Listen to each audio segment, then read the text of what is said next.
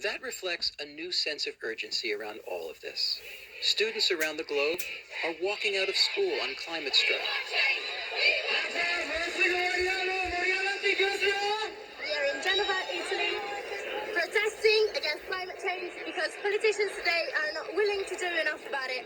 In Britain, the House of Commons just declared that the planet is in a climate emergency. Must declare an environment and climate emergency. As Minister of the people say aye, the country no, and I think the ayes have it. And as if we needed more evidence of the sense of crisis, the UN last week released the findings of a report describing the potential disappearance of 1 million varieties of life on Earth. It's all very frightening to read. Bill McKibben has been writing about climate change for decades. His book, The End of Nature, which was published in The New Yorker, has been credited with breaking the news of climate change to a wide public. And our staff writer, Elizabeth Colbert, is the author of the Pulitzer Prize-winning book, The Sixth Extinction, which was excerpted in the magazine. We all spoke last week on the day the UN's findings came out. Bill, you wrote The End of Nature, which was really the first popular book on climate change 30 years ago. What are you seeing now in the current moment that's different than what you've seen before? We've had so many missed opportunities. What's different about now? Well, one of the things that's different, of course, is it's much easier to see precisely what's going on. I mean, 30 years ago, we were offering warnings. Even 10 years ago, it was still a little hard to make out the precise shape of climate change as it started to affect the planet. Now, I mean, you watch as a California city literally called paradise literally turns into hell inside half an hour. Once people have seen pictures like that, it's no wonder that we begin to see a real uptick in the response. In the last 6 months, we've seen this rise of the demand for a Green New Deal in the Democratic Party. We've seen the people at Extinction Rebellion shut down London, the center of London, for a week, and the Tory-led Parliament in the UK declare a climate emergency. And, most poignantly, we've watched a few million school children following the lead of Greta Thunberg in Sweden and walking out of classes. It's not a good sign that we're asking 12-year-olds to solve the problem for us, but it's good that they're stepping up. Betsy, I think what Bill is saying is that we're at a certain kind of tipping point now, a political tipping point where climate change is concerned that hadn't existed before. How do you perceive the politics around climate change at this moment? Because in many ways, the Trump administration is proactively making the problem much worse. Yes, I think it's going to be, if we have a history, if we have a future that will look back on this moment, it will be a very interesting moment because we do have these two extraordinary trends happening simultaneously. There is a lot of energy on the street, and for the first time, you have Democratic candidates competing to be the climate candidate with some, very detailed and pretty significant programs to try to wean us off of fossil fuels. At the same time, you have just the most remarkably retrograde administration in Washington, which isn't just not making progress on these issues, but actively rolling back whatever modest progress was made under the Obama administration. That will take, at a minimum, sort of years to undo that. If we decide to undo it, if we don't decide to give them another term. And meanwhile, just the facts in the air, as it were, are really bad. When Bill wrote The End of Nature, CO2 levels in the atmosphere were approximately 350 parts per million. We just hit 415. So things are going, in the wrong direction and very rapidly. Now, why would Donald Trump, who is not an executive in the oil industry, believe something like, if in fact he believes it, it's just not a tenet of cynicism, that global warming is a Chinese hoax? And why, correspondingly, why is a matter of science a matter of partisan politics? You say that in the Democratic Party believes X, but a lot of Republicans believe otherwise. Well, this has been kind of a long, history of a combination of moneyed interests and political interests, colluding, as it were, the word of the hour, to make this issue seem to be one of, belief. It has nothing to do with your belief. It has to do with geophysics, and geophysics that have been established for quite some time now.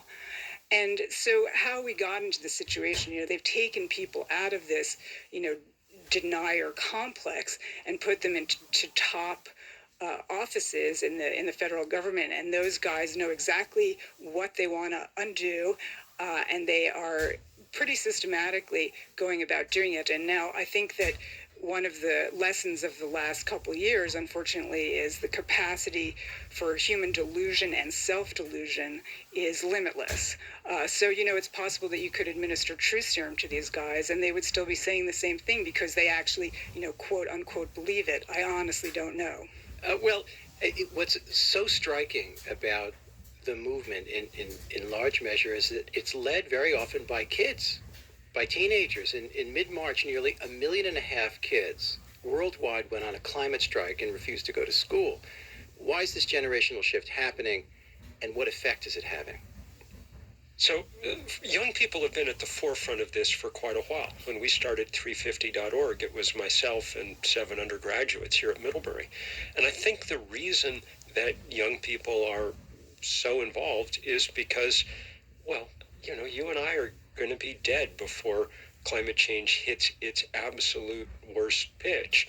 But if you're in high school right now, that absolute worst pitch comes right in the prime of your life. And if we're not able to take hold of this, then those lives will be completely disrupted, and they've figured that out.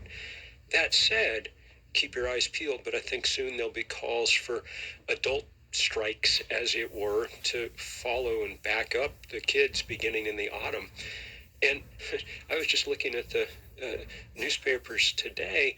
The UN just published a truly remarkable report saying that we're going to lose 1 million species on the planet sometime over the next few decades. And yet, it's in the newspapers, but it's well below the new royal baby and the trade talks with China. And it's that business as usual that's literally doing us in, and we have to figure out how to disrupt it a little. Betsy, I hate to be a competitive journalist, but when I read the report about the 6th extinction in the UN report, I said, the New Yorker had that 10 years ago when you published in 2009, the very same thing. What is the difference between 2009 and 2019 in terms of the extinction of hundreds of thousands of species on the planet Earth?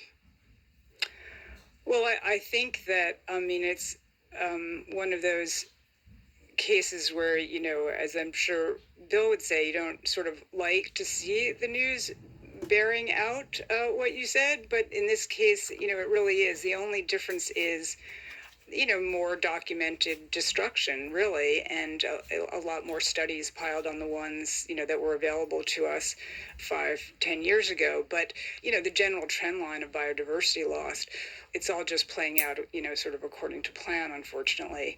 And it's true that, global GDP is larger than ever.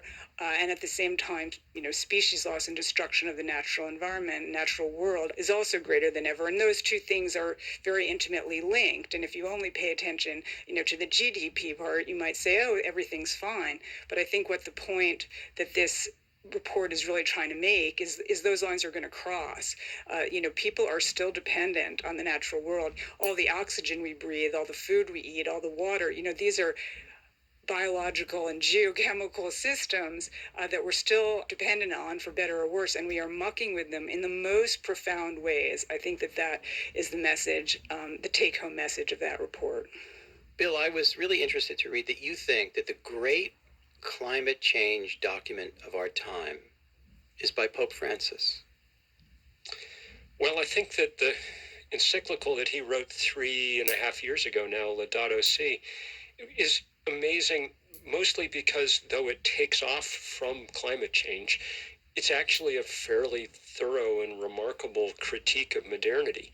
And it talks really about precisely the things that Betsy's been talking about. To understanding this as, yes, a problem of physics and of the need to put up a lot of solar panels and wind turbines, which we now can do because the engineers have made them affordable, but also understanding it as a problem of human beings and their relations with each other. As Francis points out, the last 40 years, this period of time when we've worshipped markets and assumed they solved all problems, has not only spiked the temperature through the roof, it's spiked inequality through the roof, and the two are not unrelated. How are they related? What is the essential relationship between the two?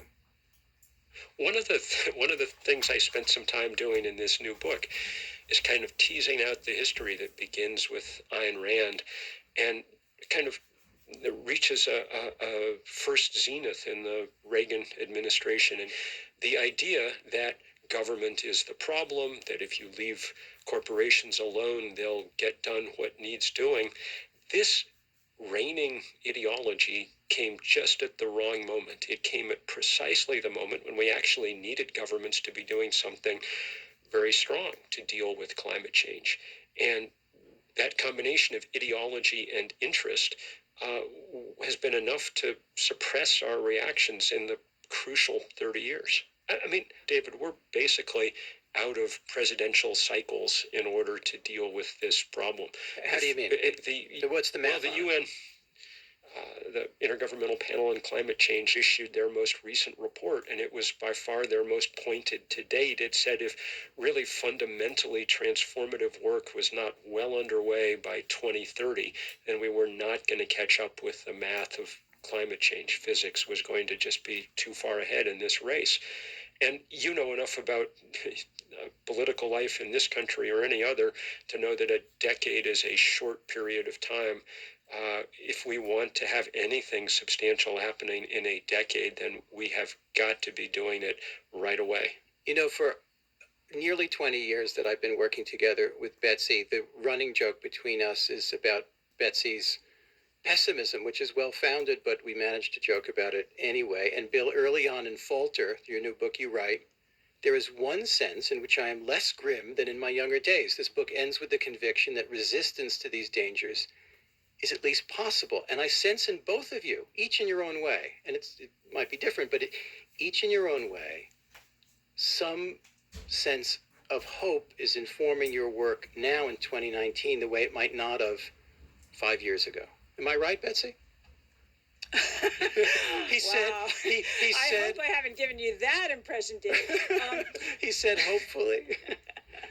Hopefully the dog came home. I think, I'm going to be, I'll play my usual role here. Eeyore. Eeyore.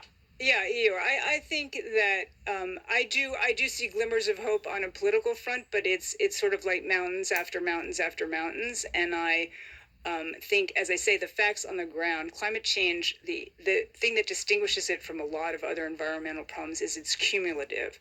It's not something where you can say at the moment you don't like things, let's undo them. There's a lot of time lag in the system. There's a lot of inertia in the system, and we are in the system, meaning in science. No, in the climate system. So Right. we have not yet experienced the full impact of the greenhouse gases we have already put up there. And once we do, in whatever, a decade or so, there's a sort of a long tail to that, we will have put up that much more. So we're always chasing this problem. And you can't decide, once we decide, we really don't like this climate, you don't get the old climate back for, many, many, many generations. So we are fighting a very, very, very uphill battle. And I think, the point that Bill has made, and I agree with it, is it maybe we can avoid, the worst possible future, but I don't think at this point we can avoid a lot of damage. And we're seeing it already. We're seeing it, but it's just beginning, and it's not just beginning, then we can turn it around. It's just beginning, and a lot more is built in. What can be held back, Bill, and what can't be held back at this point? Well, look, Betsy's right. The problem with climate change is that it's a timed test. And if you don't solve it fast, then you don't solve it. No one's got a plan for refreezing the Arctic once it's melted. And we've lost now 70 or 80% of the summer sea ice in the Arctic. So that's a tipping point more or less crossed.